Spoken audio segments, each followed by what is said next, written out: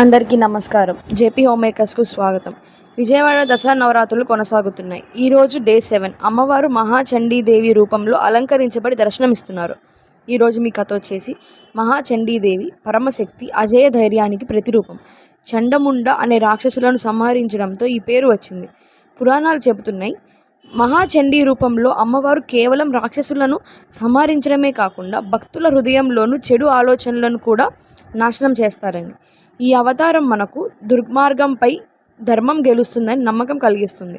మహాచండీదేవిని ఆరాధించే వారికి ధైర్యం, దుష్టశక్తులపై గెలిచే శక్తి, విజయములు లభిస్తాయి. ఈరోజు మీ ప్రశ్న వచ్చేసి, మహాచండీదేవిని స్తుతించే ప్రసిద్ధ గ్రంథం ఏది? 1. దేవి భాగవతం, 2. దుర్గ సప్తశతి, 3. లలిత సహస్రనామం. మీ సమాధానాన్ని కమెంట్స్లో చెప్పండి. ఇది డే 7 కదా. రేపు అమ్మవారు సరస్వతీదేవి రూపం